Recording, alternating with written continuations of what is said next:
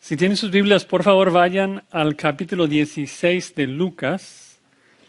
Lucas 16 y voy a introducir este mensaje leyendo esta historia que se encuentra al final de Lucas 16. Lucas 16, de los versículos del 19 hasta el final del capítulo.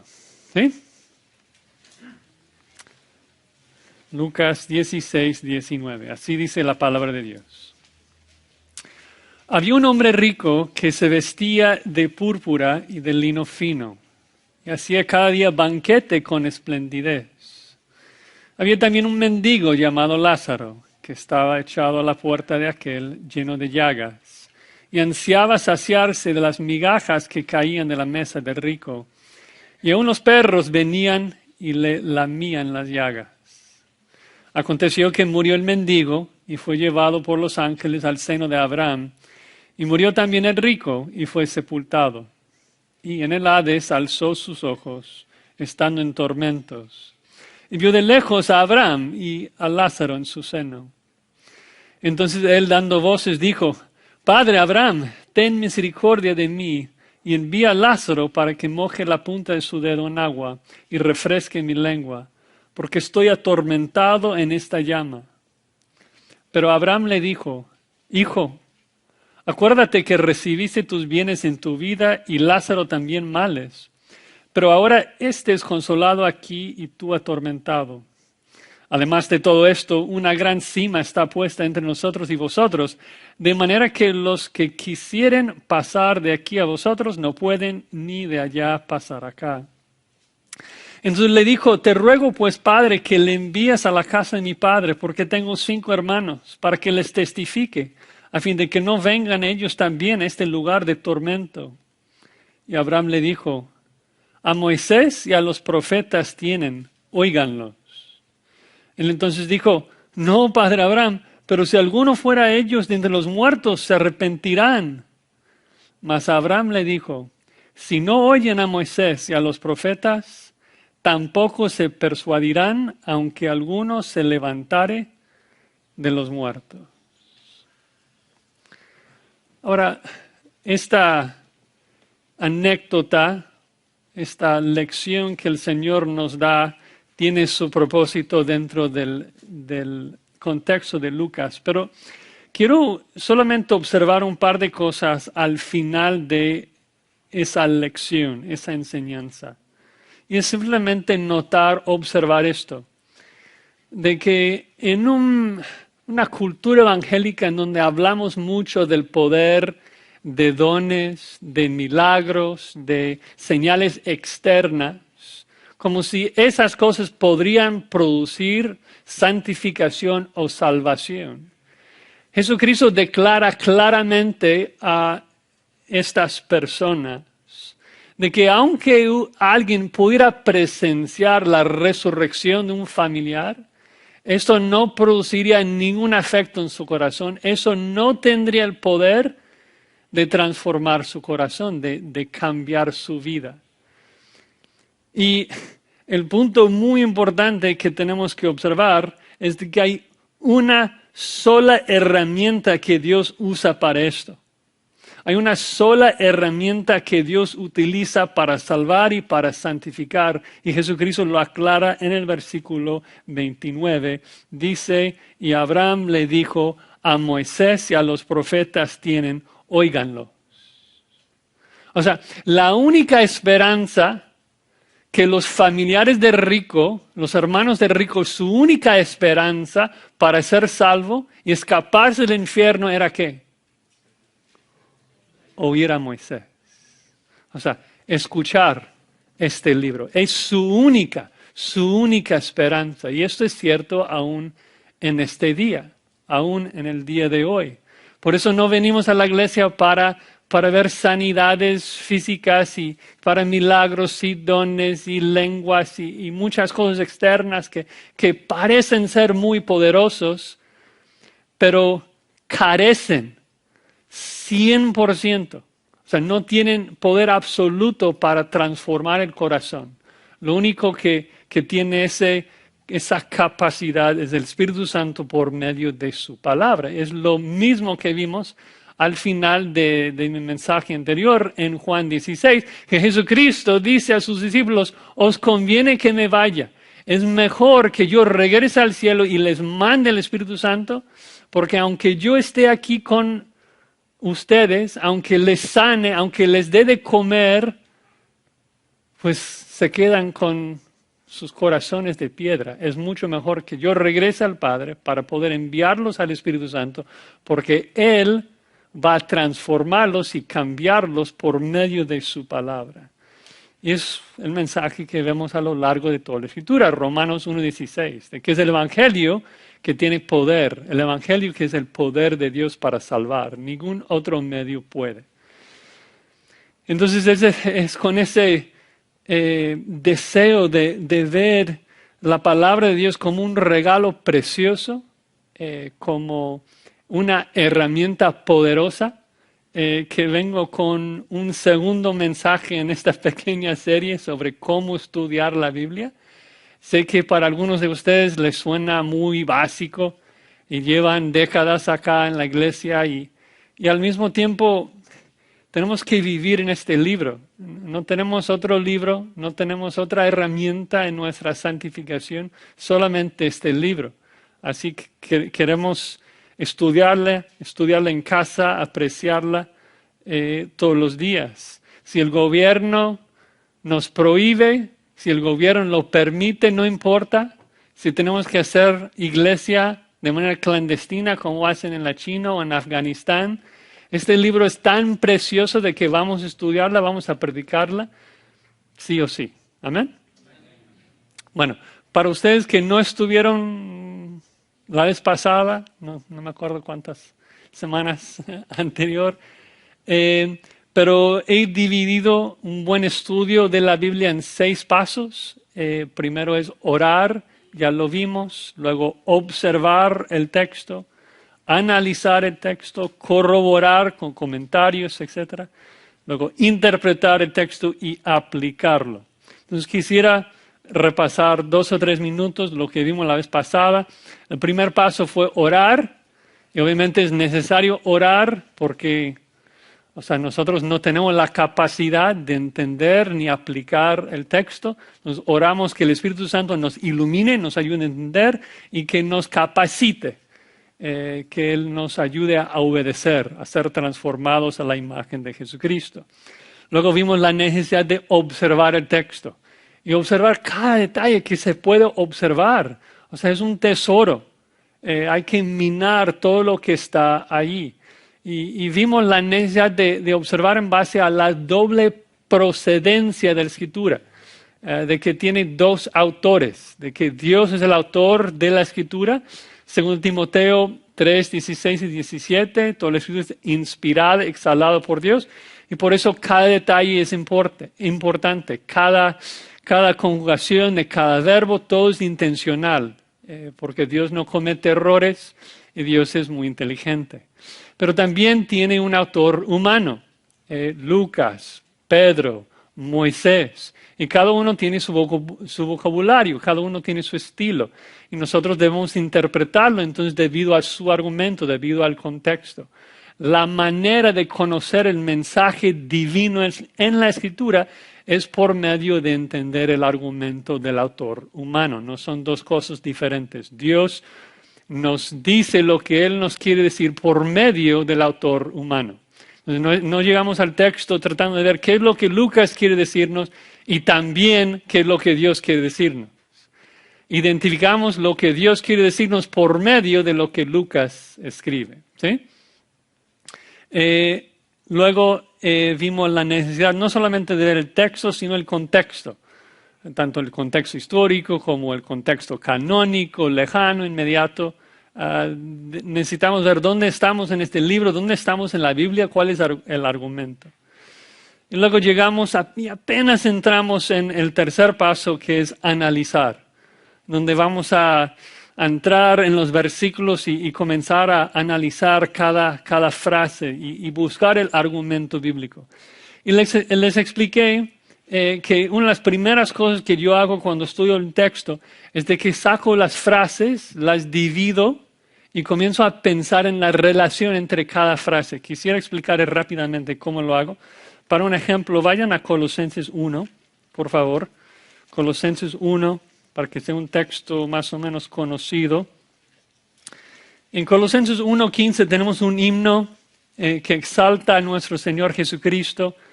Un texto muy conocido, Colosenses 1:15, dice que Él, o sea, Cristo en el contexto, es la imagen del Dios invisible, el primogénito de toda creación, y luego sigue el texto. Y el punto es de que yo tomaría cada frase y comenzaría a pensar y orar que Dios me ayude a entender la relación entre las frases, porque estoy buscando el argumento del autor bíblico. Entonces Pablo dice que Él es la imagen del Dios invisible, otra frase, el primogénito de toda creación. Y la pregunta es esta. Pablo está haciendo dos afirmaciones paralelas, que Cristo es la imagen de Dios invisible, y también otro punto de que Él es el primogénito de toda creación, o el primogénito de toda creación define, explica la frase anterior. Y yo, para darles rápidamente mi respuesta, diría que sí. O sea, Cristo es la imagen de un Dios. Dios es invisible y no podemos verlo, pero la imagen física, o sea, es Cristo. O sea, no vemos a Dios, pero vemos a Cristo, quien es Dios. Cuando vemos a Cristo, vemos a Dios. La gloria de Dios se ilumina en la faz de Jesucristo. Jesucristo dice en Juan 14, ¿no? Si has visto a mí, has visto al Padre. Y luego dice que es el primogénito de toda creación, es decir, de que Cristo cuando tomó una naturaleza humana, Él llegó a ser el primero en rango, el principal sobre toda su creación. Y luego, tercera frase, porque en Él fueron creadas todas las cosas. Bueno, diría, es la razón, o sea, la razón que Cristo es el primero por encima de la creación es porque es el creador de todo. Y luego dice las que hay en los cielos y las que hay en la tierra. Pues esto nos define qué significa todas las cosas. Cosas en los cielos y cosas en la tierra. Visibles e invisibles tiene que ver con todo lo creado. Luego dice tronos, dominios, principados, potestades. Pondría esto bajo invisibles. Describe las diferentes jerarquías angélicas que Cristo creó. Entonces, la idea es quitar todas las frases, o sea, y básicamente pensar, ¿por qué dice esto? ¿Cuál es la relación que esta frase con la anterior? Para tratar de rastrear el argumento que el autor está haciendo. Entonces, esto es comenzar a analizar. La segunda cosa que tenemos que hacer es analizar las palabras mismas.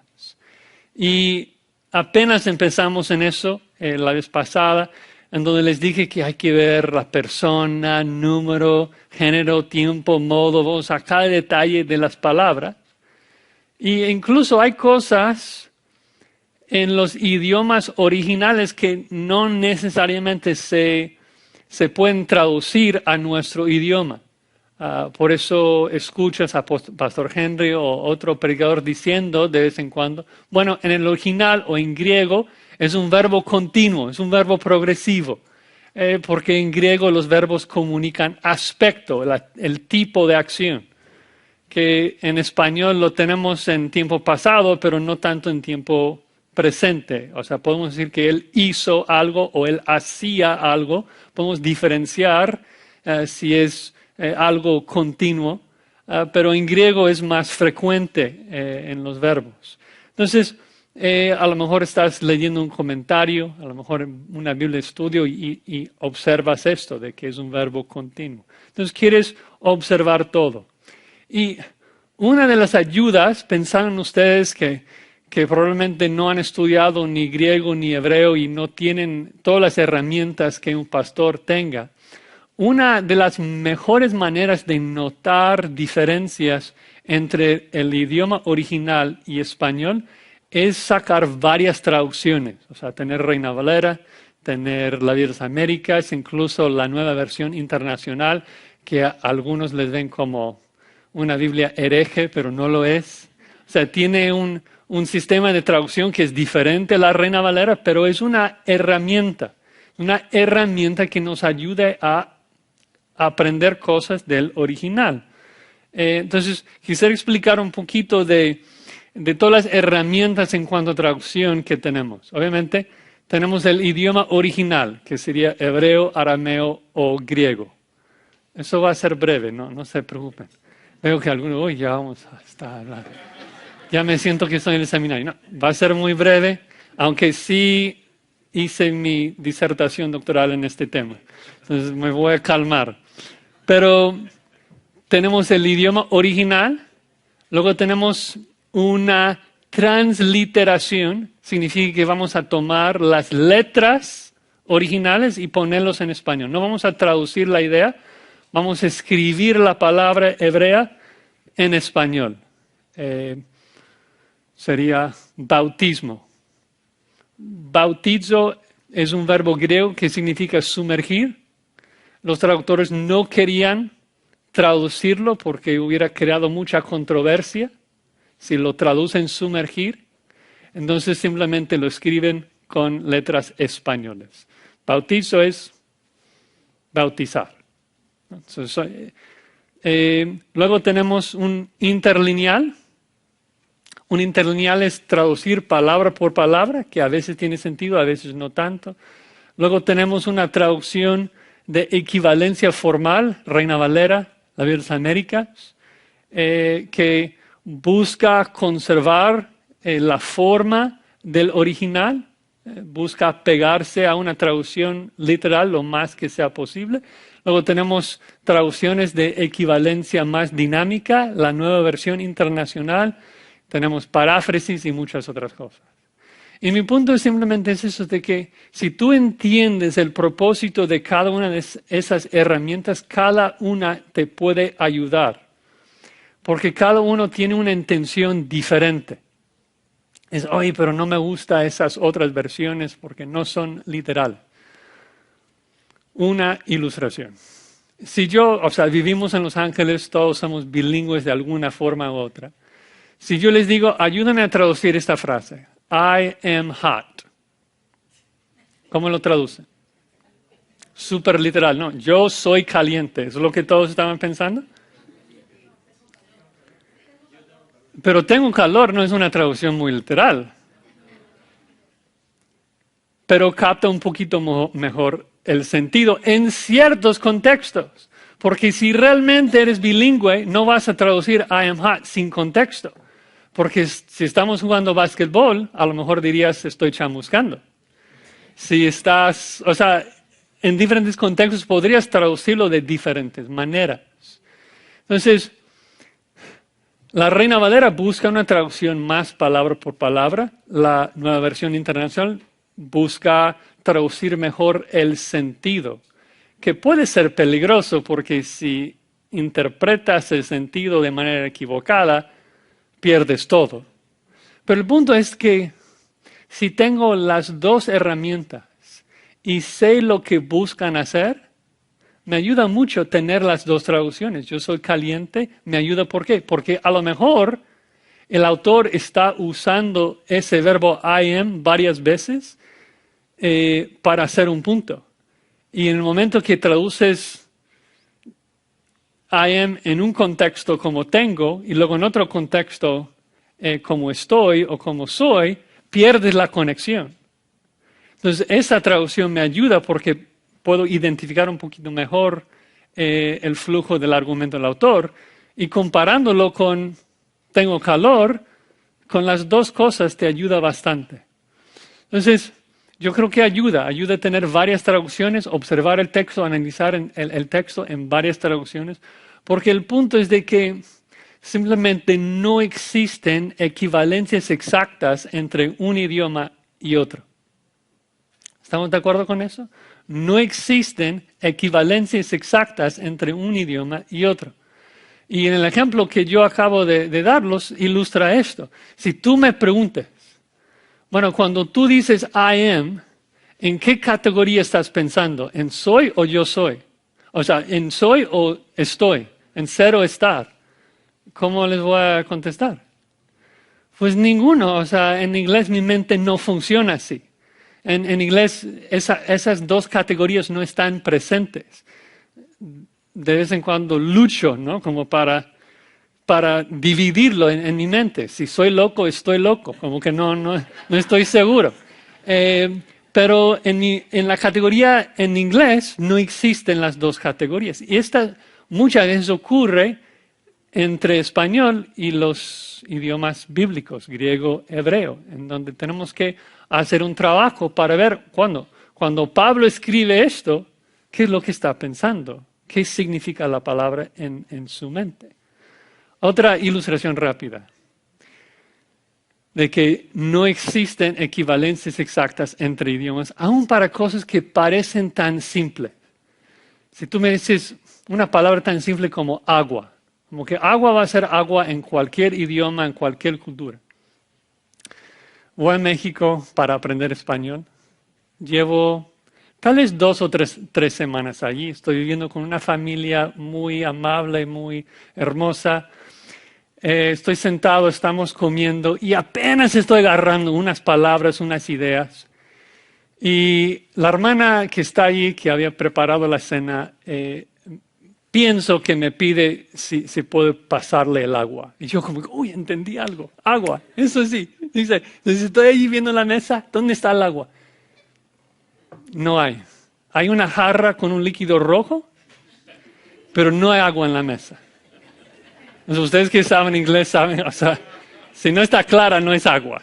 Entonces estoy viendo la cocina y veo que, o sea, hay un stand con agua ahí en la pared, entonces me paro para ir y ver si le puedo servir. Y el hermano amablemente me agarra, me regresa a la silla, me pone, me siento, ok, tal vez entendí algo mal. Y luego la hermana agarra la jarra con líquido rojo y dice, agua. Y yo ya estoy confundido como loco. No, porque no puede ser water. O sea, oye, agua tal vez significa líquido, significa no sé qué. Pero el punto es de que no existen equivalencias exactas. Entonces, cuando queremos estudiar una palabra en la Biblia, no nos importa tanto qué es lo que esta palabra en español significa. No estamos como muy preocupados por el campo semántico de la palabra en español. Queremos comprender la categoría original. Y quiero mostrarles cómo hacer esto con unas herramientas que seguramente ya tienes. Y la meta cuando estudiamos una palabra entonces es tratar de ver si la palabra original tiene un sentido como más amplio que nuestra palabra o más reducido. 2 ejemplos bíblicos. La palabra Hesed en hebreo, seguramente lo han escuchado, lo traducimos como amor leal o a veces como misericordia. Es una palabra que habla de un amor, un afecto dentro de un pacto, dentro de una relación en donde tú tienes que ser fiel a tu palabra. Eso es un concepto muy limitado que realmente no tenemos una palabra en español que pueda captar ese sentido tan específico. Por eso usamos una frase, amor leal, para traducirlo. Y lo inverso también ocurre, de que la palabra tzon en hebreo significa oveja o cabra, si lo buscas en un diccionario. Es como que oveja o cabra, ¿cuál? No, o sea, es un animal pequeño que habita en un rebaño, pero puede ser oveja, puede ser cabra. Recuerdo que estaba dando una clase de hebreo en el doctorado acá y hubo varios judíos que vinieron de Jerusalén, que fue una vergüenza para mí tener que enseñar hebreo a gente que lo habla de manera nativa, pero le pregunto, oye, darnos una definición de la palabra tzon. Me dice, un animal pequeño delicioso. Que, o sea, tiene un sentido, un campo semántico más grande que nuestra palabra. Entonces, si queremos comprender lo que el autor bíblico está diciendo, estamos en búsqueda de esto. ¿Qué es lo que está en la mente del autor original? Entonces, cuando estudiamos una palabra, queremos dividirlo en 3 pasos. Primero vamos a tratar de establecer el campo semántico de la palabra, es decir, todo lo que la palabra pueda comunicar en cualquier contexto. Esto ocurre en cualquier idioma, de que tenemos palabras que comunican ideas diferentes en diferentes contextos. O sea, si yo les pregunto, ¿qué significa la palabra gracia? ¿Qué es lo que me van a decir? Bueno, o sea, si abren un diccionario, si abren la RAE, Real Académica Española, vas a ver que en cualquier palabra, casi todas, vas a ver una lista, ¿no? Opción número 1, 2, 3, 4, que hablan de los diferentes sentidos en diferentes contextos, de que alguien baila con mucha gracia, vas a ver una definición religiosa seguramente, de un regalo no merecido, pero depende del contexto. Entonces, lo primero que buscamos es, o sea, cuáles son las opciones, cómo es que esa palabra se puede usar. Luego podemos sacar una concordancia. Después de establecer los posibles significados, posibles sentidos en un diccionario, establecemos los probables significados en base a la forma en que la palabra se usa en la Biblia y en particular por el mismo autor. Entonces, si buscamos una palabra, una concordancia, vamos a ver todas las veces que ocurre en la Biblia y darnos cuenta cómo es de que autores bíblicos lo usan. Y luego finalmente tenemos que ver el contexto para ver cuáles de esos sentidos funcionan mejor. Entonces quisiera hacer como un ejemplo de esto con un texto que hemos visto en otra ocasión, pero vayan a Santiago 2, Santiago 2, 24, y vamos a ver si podemos hacer ese estudio de 3 pasos con una palabra acá.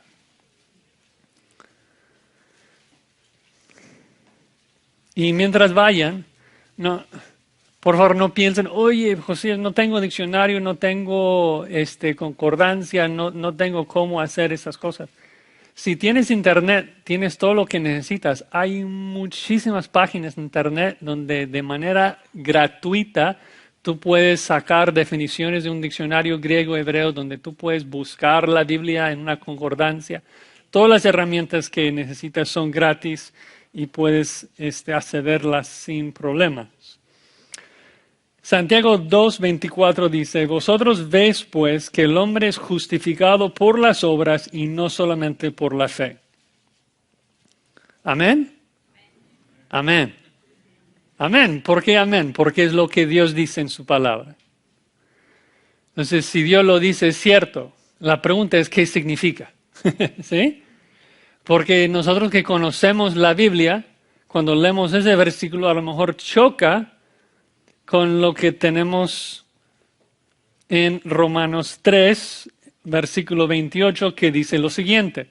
Concluimos, pues, que el hombre es justificado por fe sin las obras de la ley. Entonces, Pablo dice que el hombre es justificado por fe sin las obras de la ley y Jacobo, el medio hermano de Jesús, cuyo libro se llama Santiago, dice en Santiago 2:24, vosotros veis pues que el hombre es justificado por las obras y no solamente por la fe. Entonces, ¿cuál es la pregunta? La pregunta es, ¿qué significa la palabra justificado? Y si Pablo está usando la palabra en la misma manera que Jacobo está usando la palabra. Porque si los dos hombres están usando la palabra en la misma manera, tenemos una contradicción. Sabemos que no puede haber contradicciones en la Biblia porque Jesucristo nos dice de que la ley no puede ser quebrantada. Por eso tenemos que estudiar entonces. Cuando Jacobo dice en Santiago 2:24 que el hombre es justificado por las obras, ¿qué significa? Entonces, ¿cuáles son los 3 pasos?